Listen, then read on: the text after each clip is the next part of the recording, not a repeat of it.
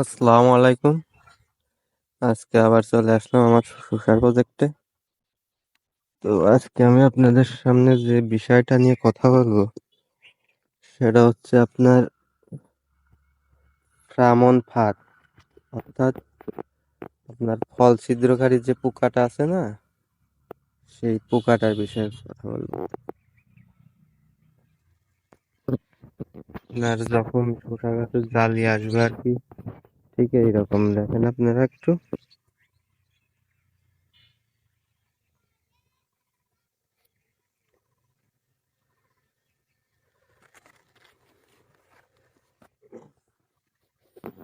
ছোট্ট একটা গাছে দেখেন কি পরিমাণ জালি আসছে। এই সময়টাতে আপনাদের ফল ছিদ্রকারী পোকাটা ঠেকাইতে হবে। যদি এই পোকাটা আপনারা ঠেকাইতে না পারেন তাহলে আপনাদের একটা জালেও ঠিক থাকবে না, সব নষ্ট হয়ে যাবে। হুম।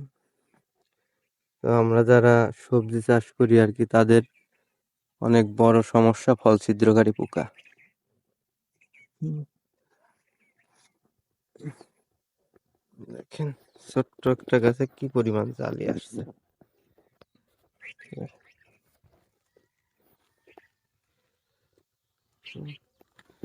প্রত্যেকটা গিটে গিটে জালি।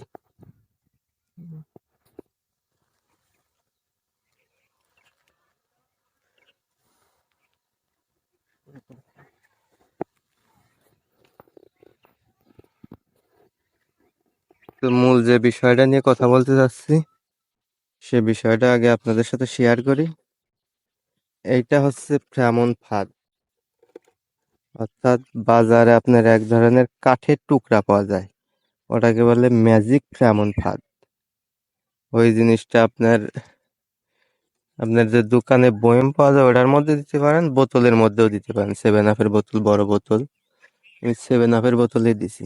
সেভেন আপের বোতলের একটা সুবিধা হয় কি, আপনার চতুর সাইডে যদি এরকম ফুটা ফুটা করে দেন না, তাহলে আপনার বৃষ্টি হলে পানির ছিটটা আপনার ওই কাঠের উপর লাগে না, যার কারণে কাঠটা অনেক দিন লাস্টিং করে। আর আপনার এই কি বলে, উম যদি ওই বোতলের ইসের মধ্যে দেন আর কি, বয়মের মধ্যে দেন, তাহলে দুই সাইড কাটতে হয়। ওইটা আর কি পানির ঝাপটা ওইটাতে লাগিয়ে কাঠটা নষ্ট হয়ে যায়। তো আপনার এক ধরনের তাবিজ আছে, তাবিজটা হচ্ছে এটা ভালো কাম করে, এটা আপনারা দিয়ে দেখবেন, অনেক ভালো কাম করে। হুম, দেখেন কতগুলি পোকা এর মধ্যে পড়ছে। হুম, আল্লাহর রহমতে একটা জালিতেও কোনো সমস্যা হয় নাই। এই হলো আপনাদের সাথে শেয়ার করলাম। যদি ভালো লাগে তাহলে আমার চ্যানেলটা অবশ্যই অবশ্যই সাবস্ক্রাইব করবেন। ভালো থাকবেন, আল্লাহ হাফেজ।